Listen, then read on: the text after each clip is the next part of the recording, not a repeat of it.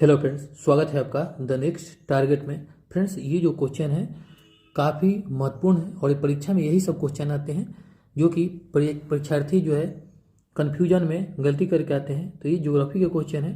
तो चलिए, इसमें 50 क्वेश्चन का पूरा सेट है। तो आप क्वेश्चन को देखिए, समझिए और बढ़िया से इसका आंसर देने का कोशिश करिएगा और ध्यान रखिएगा ये क्वेश्चन काफ़ी महत्वपूर्ण है। तो चलिए हम क्वेश्चन की तरफ आगे बढ़ते हैं। तो पहला हमारा क्वेश्चन हुआ, मिट्टी का अध्ययन क्या कहलाता है। तो जो मिट्टी का अध्ययन है उसको क्या कहते हैं? पेडोलॉजी कहते हैं। ये जो है बहुत सारे, जब अध्ययन का बात होगा तो बहुत सारे इसी में लॉजी आएगा। तो लॉजी का अर्थ है अध्ययन करने वाला, जैसे पेट्रोलॉजी हो गया, लिम्नोलॉजी हो गया, माइकोलॉजी हो गया। तो माइको मतलब क्या है? कवक। लॉजी मतलब अध्ययन। पेडो मतलब क्या है? भूमि। लॉजी मतलब क्या हो गया? अध्ययन। इस तरह से ये होता है। तो चलिए, इसका आंसर, राइट आंसर हो जाएगा पेडोलॉजी। दूसरा है, चट्टानों का अध्ययन क्या कहलाता है। तो चट्टानों का अध्ययन जो है फ्रेंड्स, वो कहलाता है पेट्रोलॉजी। क्या कहलाता है? पेट्रोलॉजी। तीसरा क्वेश्चन है, पुरानी जलोढ़ मिट्टी को क्या कहा जाता है। तो फ्रेंड्स याद रखिएगा, पुरानी जहां वर्ड है उसमें हो जाएगा बांगर, जबकि न्यू जलोढ़ मिट्टी को क्या कहते हैं? खादर। तो आप इसको इस तरह से याद रखिएगा, उल्टा करके क्रम में रखिएगा। जो पुराना है वो बांगर, मतलब कि बांगर होगा। जो नया है, नया जो है, नया जो चीज़ क्या होता है वो ज़्यादा उपजाऊ होता है, तो ये खादर हो गया। तो इसका राइट आंसर हो गया, पुरानी जलोढ़ मिट्टी को क्या कहा जाता है? तो ये बांगर कहलाएगा। चलिए नेक्स्ट क्वेश्चन की तरफ आगे बढ़ते हैं। साम्पेन कहाँ की मूल जनजाति है। तो इसका आंसर होगा निकोबार द्वीप। ओंग जनजाति का निवास स्थान कहाँ है। तो ये अंडमान द्वीप में है। ओंग जनजाति फ्रेंड्स अंडमान द्वीप में निवास करती है। झीलों का अध्ययन क्या कहलाता है। तो क्या कहलाता है फ्रेंड्स? लिम्नोलॉजी। कावेरी जल विवाद किन दो राज्यों के बीच में है। तो ये फ्रेंड्स जो है क्वेश्चन काफ़ी एग्जाम में पूछा जा चुका है और ये हमारे देश में ये दो राज्य हैं जो जल के लिए लड़ते हैं। तो वो इसका आंसर हो जाएगा कर्नाटक एवं तमिलनाडु। राइट आंसर हो गया ए। नेक्स्ट क्वेश्चन है, धुआंधार जलप्रपात किस नदी पर स्थित है। तो इसका आंसर हो जाएगा फ्रेंड्स आपको नर्मदा नदी पर स्थित है। कहाँ है? नर्मदा नदी पर स्थित है। कावेरी नदी का उद्गम स्रोत है। तो कावेरी नदी का उद्गम स्रोत हो जाएगा ब्रह्मगिरी की पहाड़ियां। नेक्स्ट क्वेश्चन है, शिव समुद्रम जलप्रपात किस राज्य में है। तो इसका आंसर हो जाएगा कहाँ है? कर्नाटक में। शिव समुद्रम जलप्रपात किस नदी पर स्थित है? कहाँ स्थित है? तो कर्नाटक में स्थित है। और किस नदी पर स्थित है? तो इसका आंसर हो जाएगा फ्रेंड्स कावेरी। किस नदी पर हो जाएगा? कावेरी। बहुत ही वीवीआईपी क्वेश्चन है।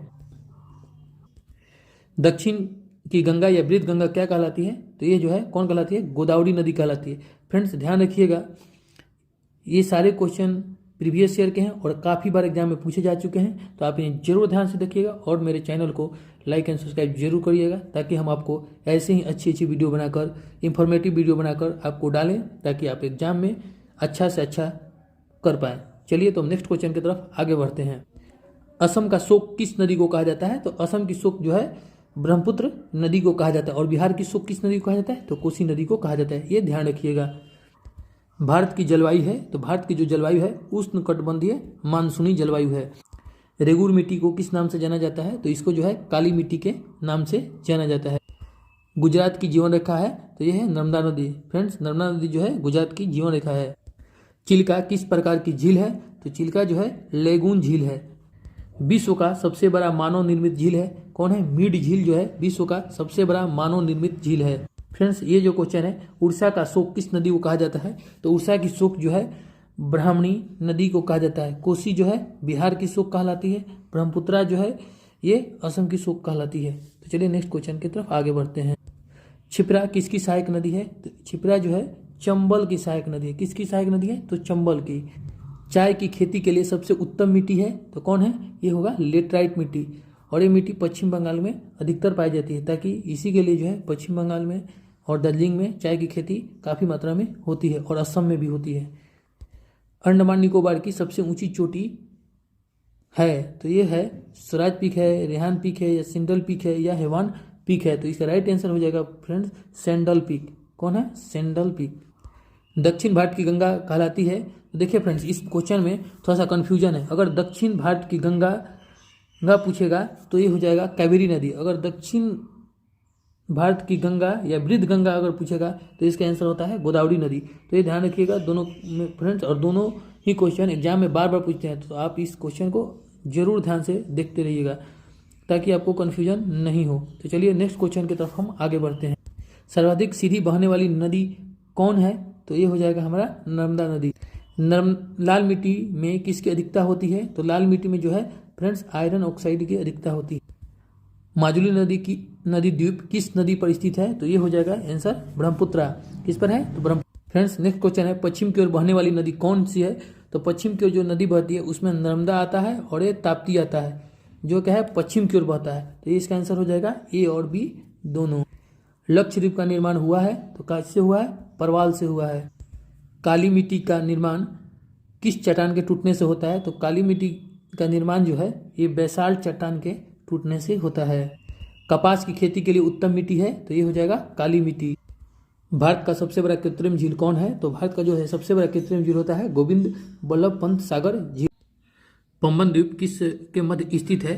तो पंबन द्वीप जो होगा फ्रेंड्स भारत और श्रीलंका के बीच स्थित है। किस द्वीप का नाम बदलकर अब्दुल कलाम द्वीप कर दिया गया? तो किसका फ्रेंड्स? व्हीलर द्वीप को नाम बदलकर एपीजे अब्दुल द्वीप कर दिया गया है। तमिलनाडु के तटों या कोरोमंडल तट पर जाड़े के दिनों में वर्षा किस मानसून के कारण होती है? तो ये जो फ्रेंड्स है उत्तरी पूर्व या लौटी मानसून के कारण जो है तमिलनाडु के तटों पर या कोरोमंडल के तट पर क्या है भारी वर्षा कराती है।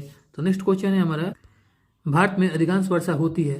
तो भारत में वर्षा कहाँ होती है? दक्षिण पश्चिम मानसून के कारण जो है भारत में अधिकांशतः वर्षा होती है।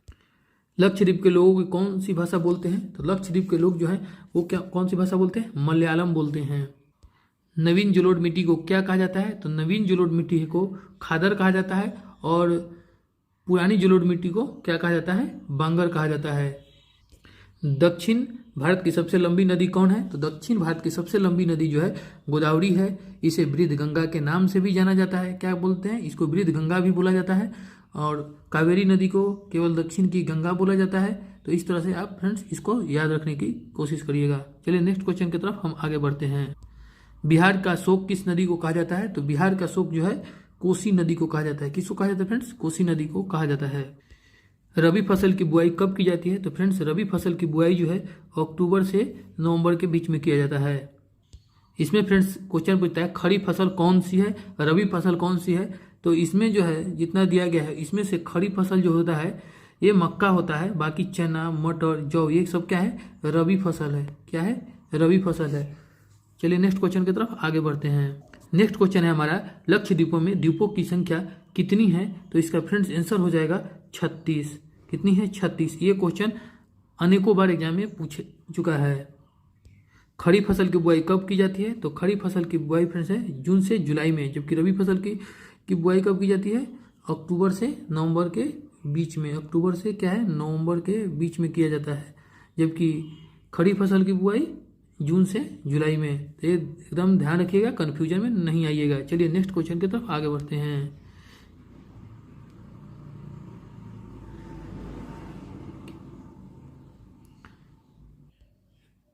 नेक्स्ट क्वेश्चन है रबी फसल कौन सी है?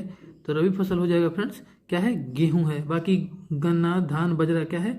ये खड़ी फसल है। क्या है? खड़ी फसल है। अंडमान निकोबार द्वीप निर्मित है तो किससे निर्मित है? तो ये ज्वालामुखी से निर्मित है। Thank you for watching this video. Please like and subscribe. और आपका कितना क्वेश्चन सही हुआ उसे कमेंट में जरूर बताइएगा। Thank you.